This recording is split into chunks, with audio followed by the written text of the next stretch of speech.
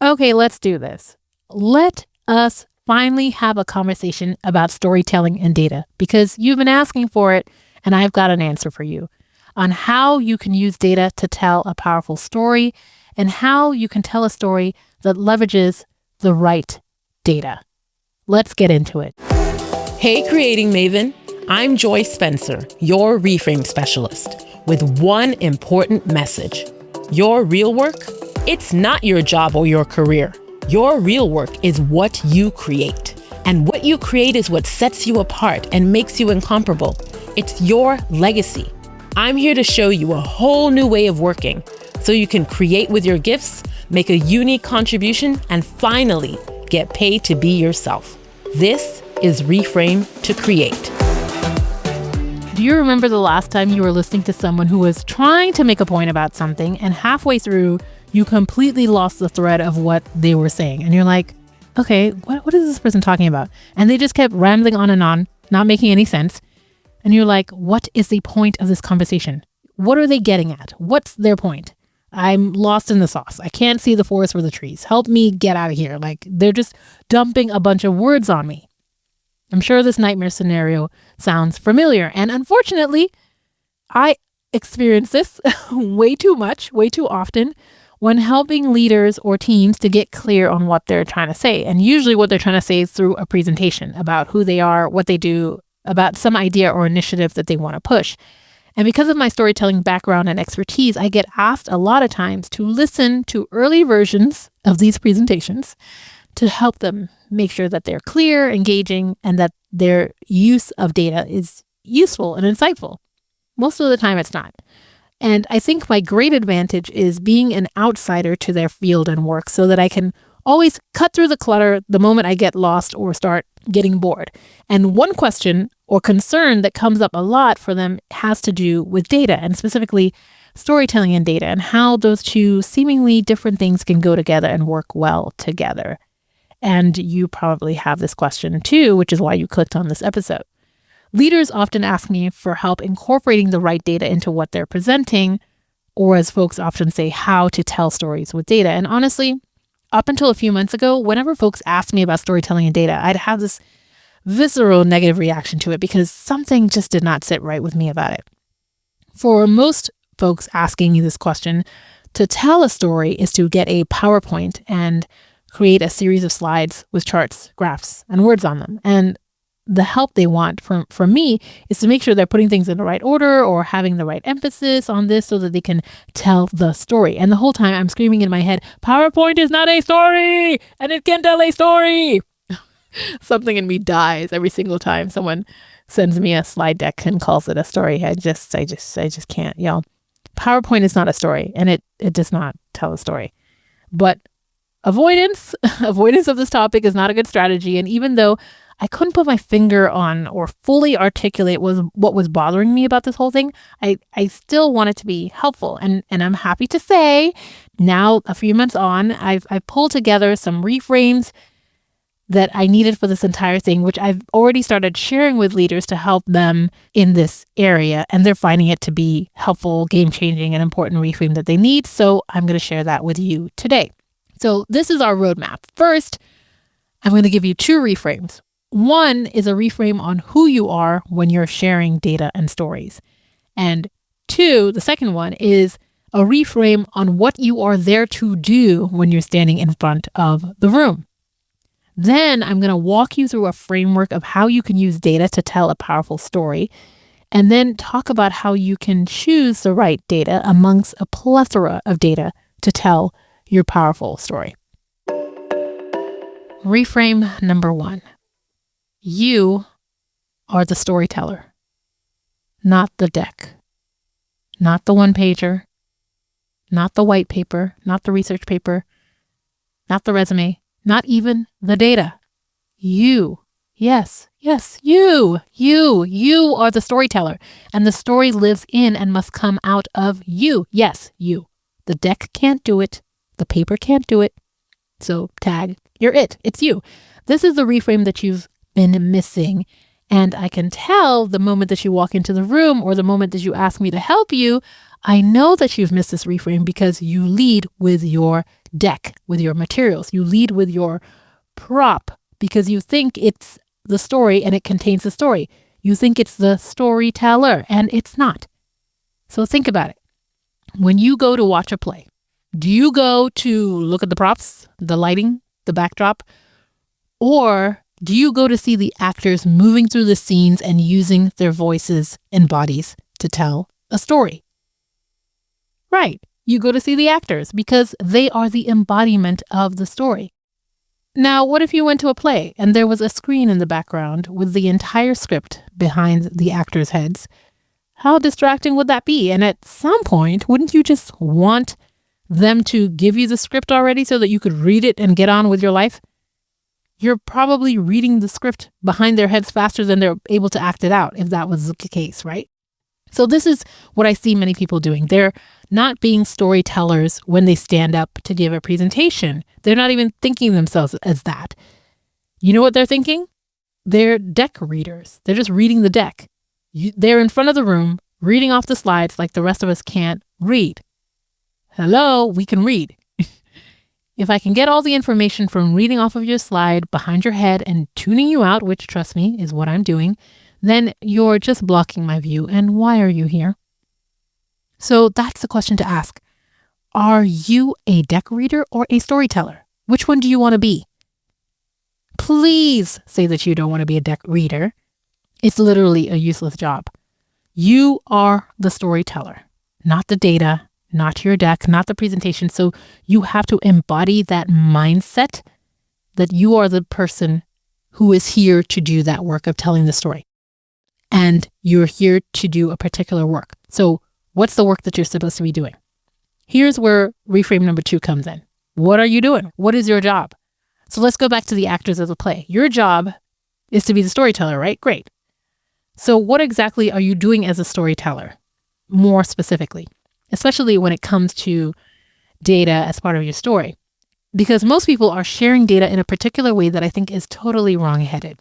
What they're doing is they're just dumping the data. They are data dumpers instead of data insight bringers. And that's your next reframe. You need to stop doing that data dumping. The data, or a single piece of data, is a story compressed into a number, a statistic, or something, or whatever. And your job is to convert it back into story, audibly. You may think, I'm a numbers person, I'm a data person, I'm not a story person, but you are. You're a human being, you're a story person. So when you look at data and you get excited and you're like, oh, that's because you know the story behind the numbers that you're seeing. And your job is to bring that back to life, bring us the insights. And you don't do that by dumping a whole bunch of data, a whole bunch of numbers. You do it by highlighting very specific insights from the data. So unwrap that present and show us the gift that's inside, because that's where the money is. And I want to use an analogy as an example, right? So take 2 African countries who are diamond producers, Sierra Leone and Botswana. Historically, Sierra Leone has been known for its diamonds, but not for cutting and polishing diamonds. Just raw diamonds based on an industry that is about diamond mining, diamond extraction. Get the maximum amount of diamonds out of the ground and sell them. Historically, when you sell diamonds at this stage, you are not getting anywhere near the amount of money that a country like Botswana would get, because they don't merely mine diamonds, they also cut and polish. That added step of adding value to the raw materials elevates the price that they can pull on the market. So the same goes for you when dealing with data that you want to put into your presentation or have as part of your story. The raw data is a compressed story that doesn't get its full or show its full value until you, the storyteller, have done the work to cut and polish it by pulling out its insights. That's what you do before the presentation, and that's what you're doing during the presentation, pulling out insights. This is your posture. Don't be a data dumper, be an insights bringer. So those are your 2 reframes about who you are and what you're here to do. So remember, you are the storyteller, not the deck reader. And remember, you are the insights bringer, not a data dumper. Okay, now, what do you do with this? How do you actually do something good with your data to tell powerful stories? So here's the framework that I call one, many, stat. It's something that I first observed while watching a Dove commercial, and that I've also observed in other settings or commercials or other people's presentations when I've experienced data used in a way that works really well, right? I've seen a variation of this in different settings, one, many stat. Before I break down what it means to use this and how to use it, let me share the underlying reality that undergirds one, many stat. It's how journalists choose to incorporate story and data. The reality is that we struggle, you and I. We struggle as people to connect with large data sets or a string of statistics or a whole bunch of numbers. We struggle to understand what they mean when we hear so much of it. It tends to just become noise. So think about when you hear stories of war and devastation or any disaster that affects millions, hundreds of thousands, hundreds, or even just a few dozen people. It's hard for you to connect. Oh, you may feel some vague general empathy, but it's just more overwhelming to your systems than anything else. And it's easy to shut down. And that is probably happening with you and for you in your presentation when you come with this slide or come with all these numbers and a whole bunch of data. Even if people are really trying to be there with you, they're very quickly in their minds asking, especially if you just share them in quick succession, what does this mean? Why? Like, what does this mean? And you're making them do too much work. But when you hear the story of Jack, who lost his grandmother in the hurricane, and he's still searching for her, and he could use your donation, you're suddenly alert, alive, and connected. The millions affected now has meaning to you, and you can get your arms around it, and you can be moved. The one character story isn't the end, though. It's the starting point. It's the empathy point. That's why we have one, many stat, and that's why it works. Here's where I've seen it displayed. And when you finish listening to what I'm going to share, I want you to go ahead and watch the actual commercial on YouTube so that you can see the example, which is a Dove commercial as part of their self-esteem project called The Cost of Beauty, Mary's Story. Now, be warned. It discusses a very emotional and heartbreaking topic of young girls having eating disorders, so be mindful before watching it. But that's what it's about, and why it's so powerful is because it has this flow that I'm describing, one, many stat. And this is how it flows. One, they tell an intimate, personalized story of a real girl named Mary. She is the one in this one, many stat framework. We see her through childhood videos that start out with her being a happy-go-lucky girl until she gets to around age 11, when you start to see her view herself differently and start to lose weight and begin an eating disorder battle. And it moves on through clips until she's in the hospital. And then it pans to the present day, and she's sitting with her mother as a teenager looking beautiful, and her mom is singing to her, "You are so beautiful to me." And then we see other young girls sitting on other couches with their names shown on the screen and their particular challenge, and they're all sitting next to their own mothers. And so this is how we get from Mary, the one, to the many, right? And then it ends with a white screen showing the statistic: social media is harming the health of 1 in 2 kids. One, many, stat. Right? So we got one, Mary, her story, then the way that they connect it to all the other stories of the other girls, the many, and then you have the stat, the statistic. It's simple, it's powerful, and this is why. The stats aren't dumped on us. The Dove folks clearly looked at the statistic and thought, wow, how can we make this data come back to life? How do we pull the story out of that? And they pulled out one story. Mary's story. But they didn't just stop there, because that would have felt like it was just an anecdote, right?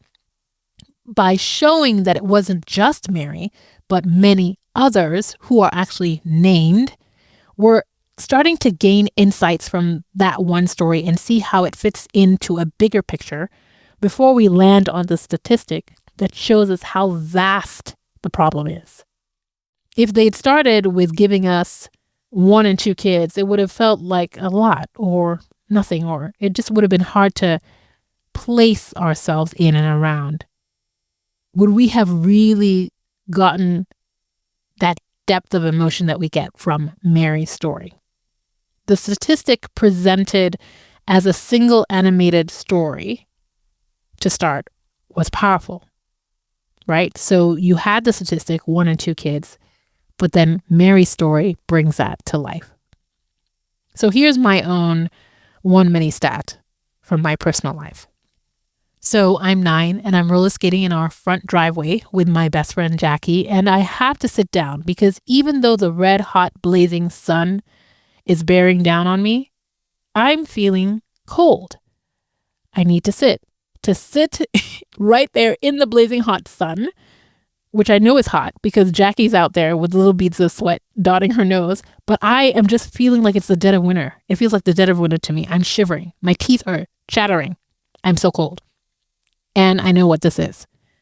Every single person who grew up in West Africa knows what this is. Feeling cold in a place that is never cold can only mean one thing. It's your first telltale sign that you've got malaria and it's time to pack it up and go home, which I did. I was like, Jackie, I think I have malaria. And she was like, whoop, see you later. Not because it's contagious, but because she's like, oh, playtime is over. And she skates home and I go inside to tell my mom, and she shuffles me off to bed in the middle of the afternoon and follows up very quickly with my first dose of chloroquine. This would kick off about 5 days of being in bed, alternating between feeling blazing hot and freezing cold, loss of appetite, feeling weak, losing taste in my mouth, just feeling blech, right? And I'd come out the other side, of course. I always came out the other side because that was life growing up in West Africa as a kid. From Sierra Leone to Nigeria throughout my childhood, I had malaria countless times at random times. But it wasn't just me. Throughout a school year, Jackie, Delphine, Kenneth, or Femi might have been out dealing with a bout of malaria, and then they'd be back and school life would go on. But don't be fooled by how matter-of-fact I might be sharing this. For many, malaria is deadly. According to UNICEF, in 2022, there were 249 million malaria cases globally that led to 608,000 deaths in total. Of these deaths, 76% were children under 5 years of age. This translates into a daily toll of over 1,000 children under age 5. I got out of childhood having done many rounds of malaria, but many kids who may not have had the same access to healthy food and medicine that I did don't make it past age 5. And that's why all the work that's going into malaria research for medication and vaccine development is so important. Too many lives are lost due to this one disease. One many stat. So now it's your turn. The next time you're building out your presentation or talk, and you need to use some data in there, I want you to ask yourself these questions to help you first choose the right data amongst all the data you might have, and then help you to leverage it to tell a powerful story that will connect your audience and move them to think, feel, or do what you're inviting them to do. So first, ask, what's the single most significant statistic or data point that I want to focus on? Then, what's the full story behind this data point? As in, do I know the name of the person or a person this statistic represents? Do I know the challenge they faced? Do I know the choices they had and which ones they made? Do I know the outcome of that choice? These elements, the character, their challenge, their choice, and the outcome, are what need to be present. So you want to check for these, right? Is there a character? Is there a challenge? Is there a choice? Is there an outcome? And if you know all of these elements that stand behind a statistic or a data point, then this is a great option, right? That data point is a great option to center your presentation around, or at least the introduction of your presentation when you do one mini stat. Now, ask yourself, what are the other stories? Let's say 3 other stories just like it that you can name, right? You have 3 other identifiable characters that can fit into your mini bucket. Make sure you know their names. But no, you don't have to give more details, right, than that. Or you can even use pseudonyms, right? You just want to give a little bit of detail about them just to flesh them out. Not as much as you would flesh out your one character, but just so that you can show that there's more than just one. So you'll be using them to show that this experience is not just an anecdote. It's not just the central character's story, but it's the story of many others. Now, I want you to note that this one many stat approach might be a great way to kick off your presentation, but it doesn't mean that you have to keep doing it over and over again, one many stat, through every single slide or throughout your presentation. I think it's a good introduction, a powerful kickoff, and it doesn't have to be long. And then you share your stat, right, at the end. So that's how you find and can use powerful data in your story. Look for a data point that those details behind it. A character that's represented, and there's a story of them facing a challenge, making a choice, and there being an outcome. Because what you're asking yourself is, what's the story behind this one data point? What's the broader context of this data point? What insight do I want to draw out of it? Because you're trying to tap into why you got excited when you saw it, right? Why the light bulbs went off in your head when you saw this data, or why you're totally bummed. Remember, we're not in your head. We are not as in tune with the numbers as you are, those of us who are sitting in this presentation. So you have to bring us into the story that's in your head. So that's it. Those are your guidelines for helping you to make sure that storytelling and data are working as true partners in your presentation or your talk or whatever you're sharing. Remember, you are the storyteller, not the deck reader. Remember that you're here to bring out insights, not to dump data. And remember that we can't automatically get excited about the data the way that you do, because you've already got a story in your head that you're not sharing. So the way to share that with us is to reanimate the data, at least one of it, using one many stat.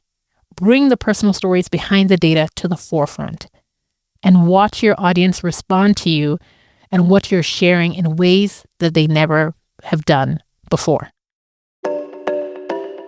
I started this Reframe to Create journey because I believe that every single person has amazing things and experiences that they are born to create with their gifts. And this act of creating is the true nature of your work, not your job or your career.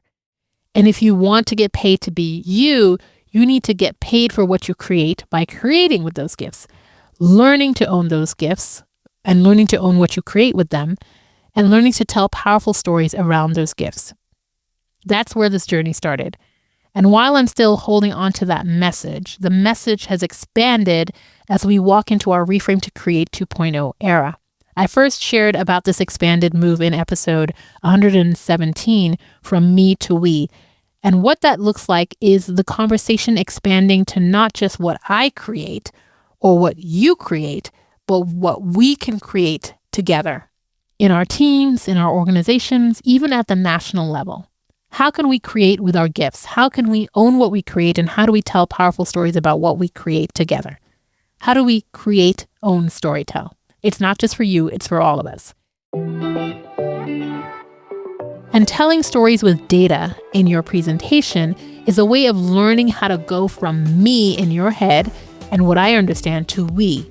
What do we value? What do we care about? And what do we experience? And how can we create and move forward together based on what we see and understand together? So I hope today's episode has helped you step into that and learn how to do it better. See you soon, Creating Maven. Until then, remember to ask, what will we create?